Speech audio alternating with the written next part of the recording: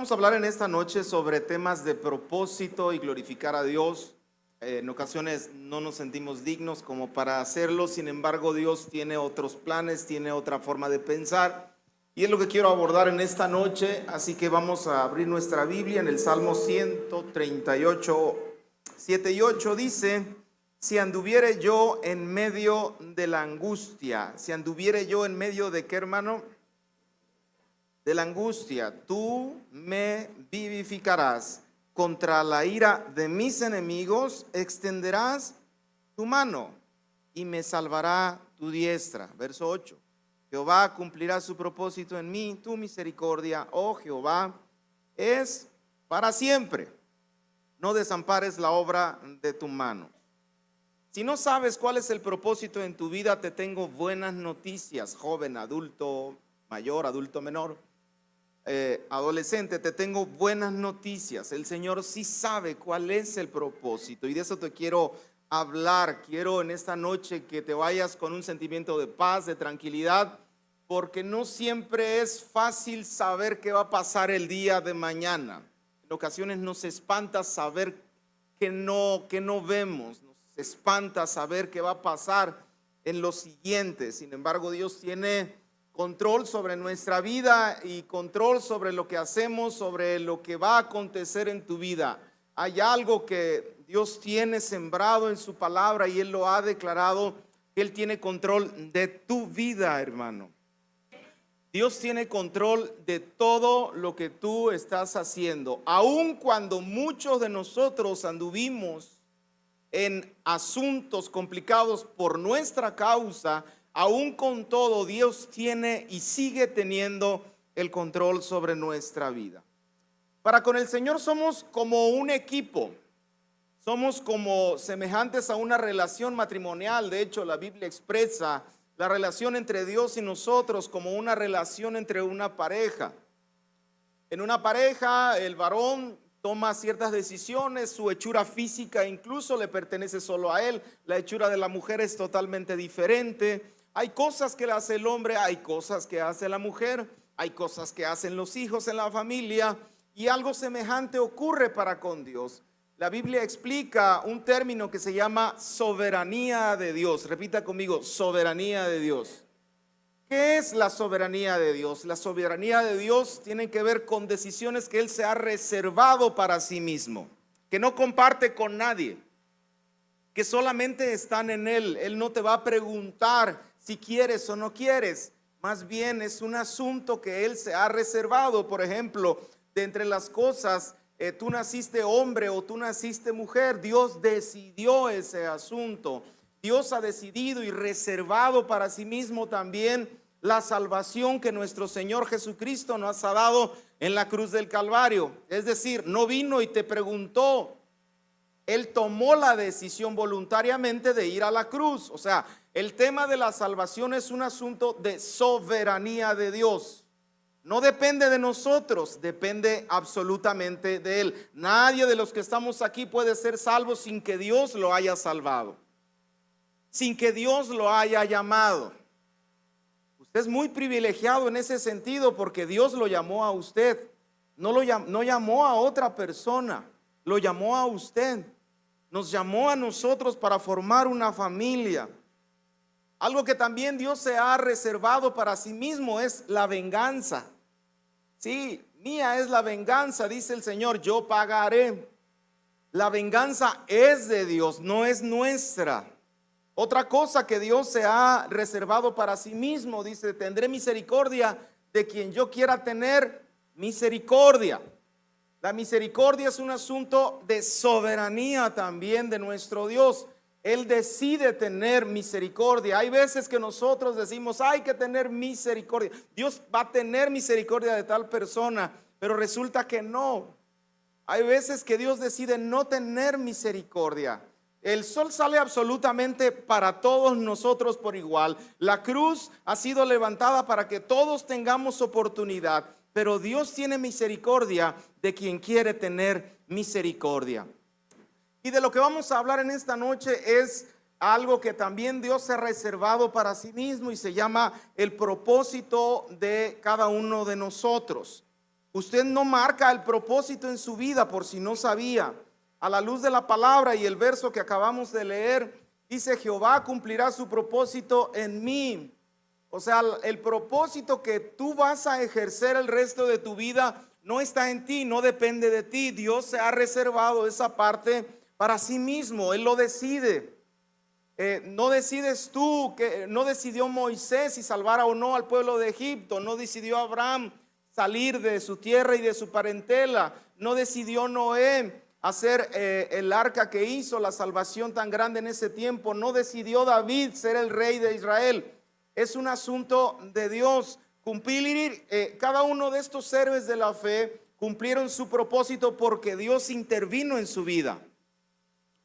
O sea, esto es un asunto de soberanía de Dios. Él lo decide. Así que si hay una frustración en tu cabeza, si hay algo que te preocupa sobre qué va a pasar el día de mañana, hoy te pido en el nombre de Cristo que descanses, porque Dios es soberano y Él va a cumplir el propósito de Dios en tu vida.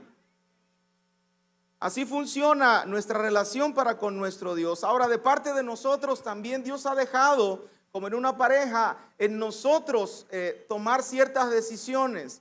Dios no va a intervenir para algo en tu vida. Él no te va a obligar, por ejemplo, a venir a los pies de Cristo. Él no te va a obligar.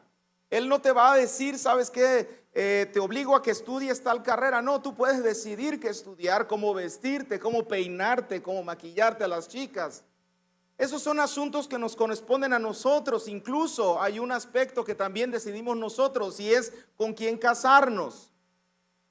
Eso nos corresponde a nosotros, no es de Dios. No sé si usted sabía. Bueno, viene de Dios el matrimonio, pero la decisión de con quién casarnos nos pertenece a nosotros. Amén. No me creyeron, ¿verdad? Bueno, a ver, ¿sabe por qué venimos delante del altar? Para que Dios nos bendiga, para que Dios bendiga nuestro matrimonio.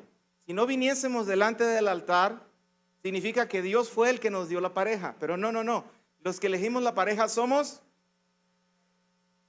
Así es que si usted estaba pensando hacer algo diferente y romper un pacto que usted ya hizo para con Dios, pues está tergiversando la decisión que usted mismo hizo. En ocasiones nos desesperamos en saber el propósito de nuestra vida. Pensamos que nuestra vida no tiene sentido. Nos preocupamos, nos deprimimos y decimos: ¿cómo va a ser posible? ¿Qué voy a hacer el día de mañana? Pero a eso vengo hoy, para que tú no empieces a preocuparte por lo que va a hacer en tu vida. Dios va a hacer grandes cosas en tu vida, sí o sí. No hay nadie que se va a poder obstaculizar entre Dios y el propósito que Él va a ejercer en ti. No hay nadie se puede meter. Porque ¿quién puede resistir a Dios? Pregunto. Nadie va a poder entrometerse, porque Dios es el que va a forjar, el que va a formar, el que va a llevar, el que va a guiar, el que va a abrir puertas, incluso va a cerrar otras. Va a ser Dios quien lo va a hacer. Así que, joven, lo que usted hace o lo que deje de hacer, los logros que usted quiere, no le dan sentido a usted, a su vida. No, joven. Lo que le da sentido a su vida es que su vida está escondida en Cristo Jesús. Lo que le da sentido a su vida es que Dios lo va a encaminar por un rumbo que a lo mejor usted no entiende todavía, pero de que sí o sí es que el Señor lo va a llevar adelante y va a cumplir el propósito que tiene para usted. Así que, principio número 1 en esta noche: si el propósito es de Dios, ya no se muerda las uñas. A ver, dígale al que está a tu lado: si el propósito es de Dios, se lo agarró mordiéndose las uñas, ¿verdad? ¿Sí se lo agarró? Sí, ya me dijeron acá. Principio número 1: si el propósito es de Dios, pues ya, mira, mis uñas están largas. Pero no es por otra cosa, no vayan a pensar mal. Hay una historia en la Biblia, en el libro de Ruth, que ejemplifica bastante esto de que estoy hablando. La vida de Noemí es una mujer hija de Dios, perteneciente al pueblo de Israel, del cual Noemí empezó a forjarse un propósito ella misma. Ella empezó a darle rumbo a su vida conforme ella quiso. Noemí es la tatarabuela del rey David. O sea, ya de entrada vemos el propósito de Noemí en su vida. De ella, de su linaje, vendría el rey David. Y todos sabemos que del linaje a su vez del rey David, ¿quién vino, hermanos? Vino nuestro Señor Jesucristo. O sea, el propósito de Noemí estaba escondido en Cristo. El propósito de Noemí lo forjó el Señor a pesar de las decisiones que ella tomó. Vamos a ampliar un poquito esto. Noemí por poquito, hermano, mira, así por poquito pierde el propósito que Dios había marcado en su vida. Le faltó así una rayita. Y muchos de nosotros estuvimos también así en ese punto. Por poquito y perdíamos el propósito. Por tratar de formar una forma de vida, un estatus social, un nivel de influencia, un nivel económico. Por poquito y nosotros perdíamos el propósito de Dios en nuestra vida. Resulta que Noemí sale de su ciudad. Bueno, su marido se la llevó, Elimelec en específico, salió con ella y con sus 2 hijos a una tierra donde Dios no pidió que fueran. Se fue a la tierra de Moab. La escritura describe que la tierra de Moab es una tierra de depravación. Ellos eran enemigos en ese momento del pueblo de Israel, porque cuando Israel iba saliendo del pueblo de Egipto, ellos salieron al encuentro contra ellos. A lo mejor te acuerdas de la historia de Balaam y de Balac. Bueno, pues ellos fueron los que intentaron maldecir al pueblo de Israel. Pero en ese tiempo al pueblo de Moab le estaba yendo bien económicamente, había alimento en su tierra. Así que movidos por la necesidad, Elimelec y toda su familia salieron hacia Moab. Allí empezaron a desarrollar una vida, tomaron una decisión que Dios no les dijo que tomaran, fueron a un lugar que Dios no les dijo que fueran, se casaron con mujeres que Dios no tomaron los principios de Dios para casarse con ciertas mujeres. Allí ellos se unieron en yugo desigual. Pero empieza a suceder la tragedia en relación a su vida. Lo primero que pasa es que el marido de Noemí muere, Elimelec muere. Y pasados un tiempecito también mueren sus hijos. Entonces ahí tenemos a Noemí en una situación de soledad, de frustración, de derrota. Y Noemí, movida en esa necesidad, escucha que en su pueblo natal, que es Belén, hay prosperidad y decide entonces regresar a su pueblo natal. Entonces tenemos una Noemí, una familia totalmente que empieza a ver por sí mismo, que ignora los principios que Dios le ha sembrado en su familia y empiezan a tomar decisiones basadas en la necesidad, basadas en lo que yo necesito. Hay un egocentrismo en este asunto. Vamos a abrir en Ruth 1, verso 13. Empieza una plática entre Ruth al volver, entre Noemí y Ruth al volver a Belén. Noemí le dice a sus nueras, sabes que no me sigan. Y sus nueras le dicen, no, yo te quiero acompañar, por favor, déjanos ir contigo. Y en su amargura de Noemí empieza a decir al respecto, ¿habéis vosotras de esperarlos hasta que fuesen grandes? ¿Habías de quedaros sin casar por amor a ellos? No, hijas mías, que mayor amargura tengo yo que vosotras, pues la mano de Jehová ha salido contra mí. La mano de Jehová, dice Noemí, ha salido contra mí. ¿Qué cuadro estamos viendo aquí? El cuadro que estamos viendo aquí es que Noemí no está reconociendo que las consecuencias que ahorita está padeciendo fueron por causa de las decisiones que en el pasado ella se formó junto con su familia. Quizá Elimelec fue el primero en llevar la delantera al respecto. Él es la cabeza de la casa. Pero al final del día está en este embrollo en el que se encuentra sola, en un lugar donde ella no pensó estar y empieza a sufrir en sobremanera. Noemí se formó un propósito ella sola. Ella dijo, yo quiero que mi vida sea así, quiero que haya prosperidad, quiero que no falte nada. Y no solo eso, sino que empezó a santificar ese proceso, ese propósito que ella se había formado, diciendo que eso era de Dios. se complicaron las cosas y esas palabras que dice en mayor amargura estoy yo que ustedes, significa que ella no está reconociendo que se equivocó en el pasado. Entonces Noemí regresa a Belén y continúa con la misma plática. Cuando los del pueblo la miraron llegar, le dijeron: mira, Noemí ya regresó, ya sabe, los chismosos del pueblo.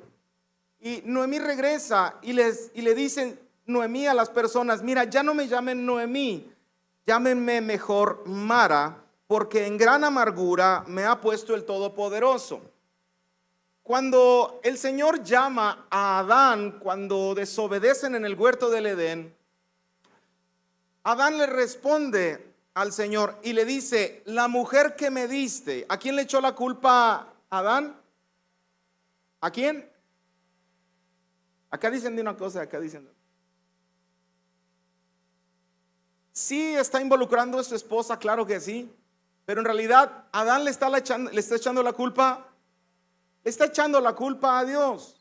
Una cosa semejante estamos viendo acá. Jehová me tiene en amargura. La mano del Todopoderoso me ha hecho pasar estas cosas. Entonces tenemos una actitud que no puede avanzar, sino más bien retroceder. En ese entorno Dios levanta a un tercero que se llama Ruth, su nuera, para poner otra vez en posición a Noemí. Una mujer que tiene una fe que los cristianos deberían tener, porque en ese momento Ruth no es cristiana, no es israelita, no es judía. Y en el verso 16, en respuesta a que Noemí le decía: no quiero que vayas conmigo, Ruth le responde: no me ruegues que te deje y me aparte de ti, porque a donde quiera que tú fueras, iré yo, y donde quiera que vivas, viviré. Tu pueblo será mi pueblo y tu Dios mi Dios. Donde tú mueras, yo moriré y allí seré sepultada. Así me haga Jehová y aún me añada, que solo la muerte hará separación entre nosotras dos. Tenemos una mujer que ama a su suegra. ¿Alguien dice amén? Tenemos una mujer que empieza a declarar por fe que el Dios de Noemí también será el Dios de Ruth. O sea, esta mujer tiene fe. Quién sabe cómo le hizo Dios, pero Dios le ha puesto a Noemí un tercero para que le haga reaccionar. Hasta aquí, hermanos, Noemí no se ha dado cuenta que Dios la está empezando a restaurar. Hasta aquí Noemí no sabe que la mano de Dios está en medio de su vida. Así es que tengo el principio número 2. Dios hace volver a sus escogidos a cualquier costo. Repita conmigo: Dios hace volver a sus escogidos a cualquier costo. Voy a hacer un paréntesis. Colosenses 1:19. Porque en él fueron creadas todas las cosas, las que hay en los cielos y las que hay en la tierra, visibles, invisibles, sean tronos, dominios, principados, potestades. Todo fue creado por medio de él. Todo fue creado por medio de él y para él. Así que, en resumen, hermano, usted y yo nacimos para glorificar a Dios. Amén. Entonces, todo lo creado glorifica a Dios. Dios está buscando entonces darse a conocer por medio de nosotros. Todo lo creado glorifica a Dios y nosotros no somos la excepción. Así que hasta aquí tengo 2 principios. 1, nacimos para glorificar a Dios, y punto número 2, Dios va a cumplir el propósito en su vida. ¿Sí estamos? ¿Cuál es más importante? ¿Glorificar a Dios o encontrar o saber cuál es el propósito en mi vida? Yo digo que glorificar a Dios, porque aún antes nosotros de que no conocíamos al Señor, Él nos atrajo. Creo que es más importante glorificar a Dios que saber qué va a acontecer el día de mañana en nosotros. He visto un mayor esfuerzo en buscar qué va a ser el día de mañana que glorificar a Dios en todo lo que haces en tu vida. Mira, muchos héroes de la fe no conocieron el propósito de Dios, no conocieron cuál era el propósito para el cual fueron llamados. Muchos de ellos solamente obedecieron y Dios poco a poco les iba develando qué es lo que tenían que hacer. Noé, por ejemplo, Abraham salió de su tierra y de su parentela, pero no sabía qué iba a pasar. Moisés hizo lo mismo. David pasó situaciones complicadas, pero él nunca sabría que de él mismo saldría el Mesías. Muchos de ellos quisieron darle rumbo a su vida. Escúchame, aunque nosotros los tenemos como los héroes de la fe, por supuesto lo son, pero muchos de ellos en el proceso de su vida quisieron darle un rumbo sabiendo lo que tenían que hacer. Por ejemplo, Moisés entendió de algún modo que él iba a ser el libertador de su pueblo, pero en ese entendimiento él trató de meter la mano y asesinó a un egipcio. Entonces empezó un problema muy grave porque la justicia empezó a seguirlo a tal manera que él terminó huyendo al desierto. ¿Qué te quiero decir? Hay veces que aún sabiendo el propósito de Dios en nuestra vida, queremos formarnos un estilo de vida, queremos formarnos una forma de vivir que contradice lo que Dios está haciendo en nuestra vida para el día de mañana en nosotros. Entendieron muchos de ellos después de batallar, de caer, de levantarse, de que vieron que parece que Dios no está conmigo. Ellos entendieron que formarse un propósito en sí mismo no estaba en sus manos. Porque así, en este sentido, yo creo, hermano, que el propósito no es la prioridad en tu vida. Ok, a ver, no me malentiendas. Saber lo que va a pasar el día de mañana no es el propósito, no es la prioridad en tu vida. Pero lo que sí es prioridad en tu vida es que tú le glorifiques todos los días de tu vida a nuestro Señor Jesucristo. Así que tengo este principio número 3. Más importante es glorificar a Dios que buscar saber qué va a pasar el día de mañana. Porque no todo lo que pido en oración significa que lo voy a obtener. Todo debe ser pesado por el filtro y la sabiduría de nuestro Dios. Hay veces que Dios cierra puertas, hay veces que abre otras. El hecho que Dios te haya cerrado una puerta no significa que Dios esté contra ti. Cuando Dios cierra una puerta en tu vida, significa que Dios está contigo y te va a encaminar por el camino correcto por el cual Dios quiere que tú camines. El lugar que elegiste para tu negocio quizá no siempre sea la voluntad de Dios. O el galán en el cual estás echando el ojo, o la galana, no significa que sea necesariamente la voluntad de Dios. Tú lo eliges, pero hay principios. Ya después, volviendo a la historia de Noemí, Dios cumple el propósito de Dios en su vida. Suceden cosas trágicas, repito. Muere su marido, mueren sus hijos. Ella queda desamparada, se ve obligada a regresar a Belén. Le pone una nuera que le ama mucho para empezar a restituirla. Ruth se casa con Boaz, tiene un hijo, y al final de la historia, en el capítulo 4, en la última página del libro de Ruth, dice: y las mujeres decían a Noemí: loado sea Jehová, que hizo que no te faltase hoy pariente, cuyo nombre será celebrado en Israel, el cual será restaurador de tu alma y sustentará tu vejez, pues tu nuera Ruth te ama, lo ha dado a luz, y ella es de más valor para ti que 7 hijos. Tenemos una Noemí que empieza tomando malas decisiones, pero tenemos una Noemí que fue llamada por Dios. ¿Que fue llamada por quién? Levante su mano, ¿cuántos llamados por Dios hay aquí? Tú te puedes encontrar en una situación en la que Dios te va a arrancar de alguna situación que Dios no quiere que tú estés. Mira la diferencia entre vivir en el propósito de Dios y el que nosotros mismos nos demos una forma de vida. Cuando Noemí formó su propio propósito, se quedó sin familia, murieron su esposo y su marido. Pero cuando estaba encaminada en el propósito de Dios, cuando la llamó el Señor, Dios le formó una familia. Ella estaba sin esperanza en Moab, pero en Belén, estando bajo el cobijo de Dios, se quedó con esperanza. Allá se quedó con amargura, sin descendencia, pero Dios le dio descendencia, le dio gozo.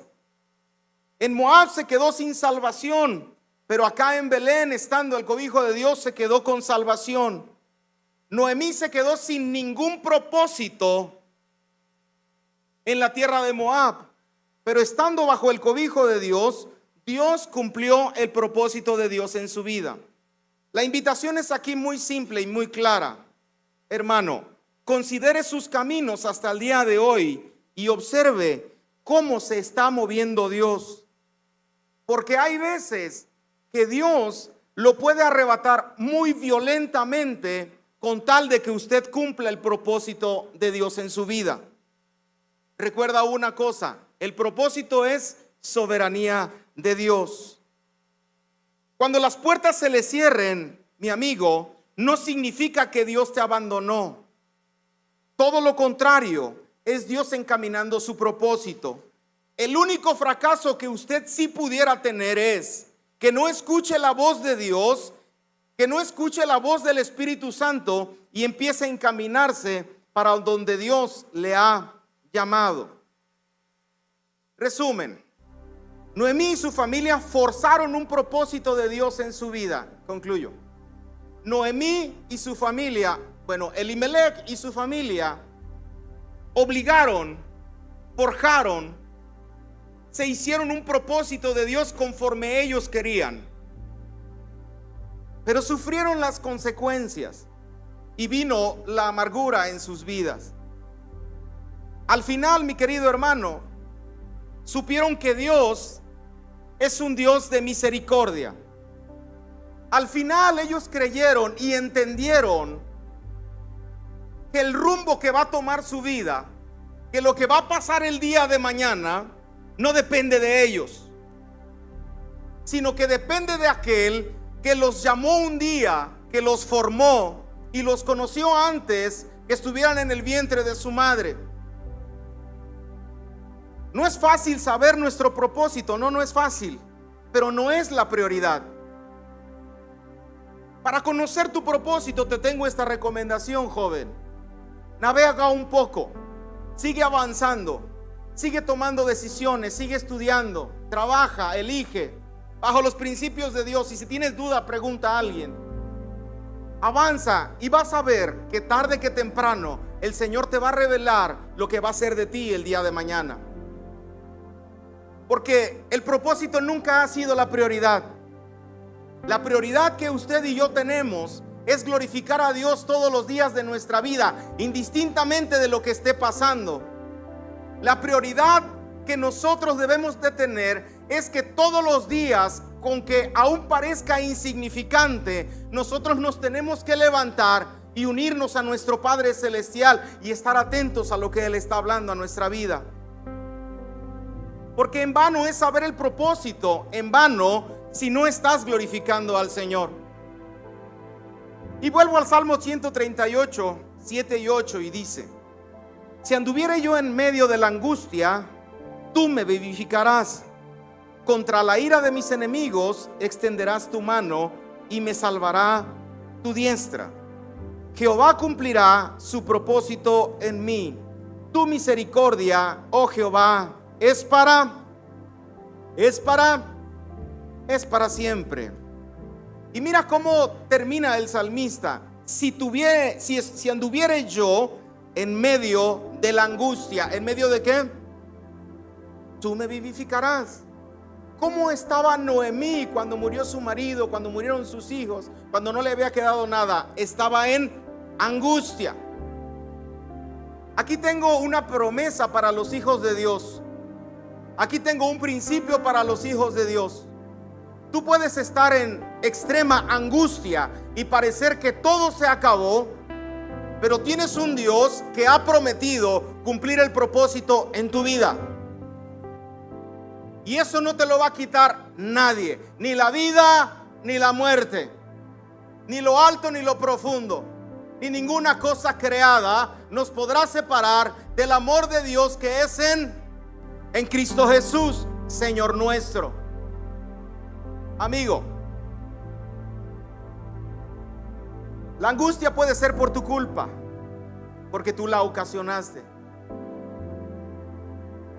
Vamos a quitar de nuestra cabeza que Dios ya no puede hacer nada sobre tu vida por causa de que tú hiciste algo en el pasado.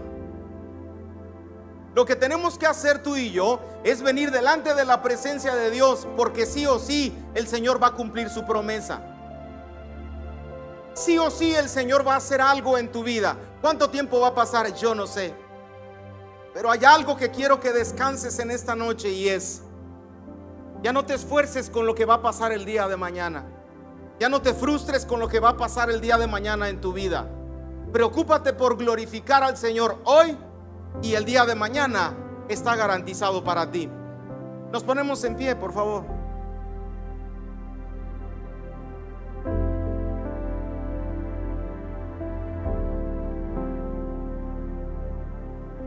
Cierra tus ojos ahí. Señor, en el nombre de Jesús, Dios y Padre, Señor, han pasado cosas en nuestra vida.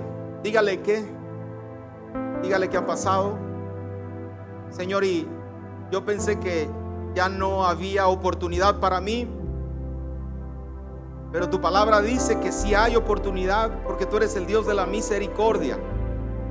Y Señor, vengo delante de ti porque yo creo que yo voy a cumplir el propósito tuyo. Dígaselo: yo voy a cumplir el propósito tuyo, sin lugar a duda, no porque yo pueda, sino porque estoy seguro que tú lo vas a hacer. Oh sí, Dios, tú lo vas a hacer.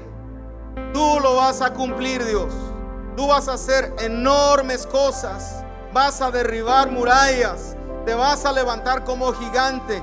Y no va a importar el pasado, porque yo ya lo traje delante de ti. Ya no importa eso, lo que importa es lo que proviene de ti, Señor. Lo más importante en mi vida ya no es lo que va a pasar el día de mañana. Lo que importa en mi vida es estar delante de tu presencia, y por eso estoy a ti. Y yo te rindo hoy un fuerte aplauso a ti, Señor, porque tú eres nuestro Dios y tú eres nuestro libertador. Amén. ¿Hay alguien que nos visita aquí por primera vez? ¿Hay alguien aquí que nos visite, que haya venido a una reunión como esta? Por aquí, abajo o arriba, ¿hay alguien? ¿No? Todos somos de house. Aquí tenemos una dama, un fuerte aplauso. Aquí. Ok, le vamos a dar paso a los chavos. Levanta tus manos. Nos despedimos con tu paz, Señor. Te damos gracias en el nombre del Padre, del Hijo y del Espíritu Santo. Y todos decimos: amén.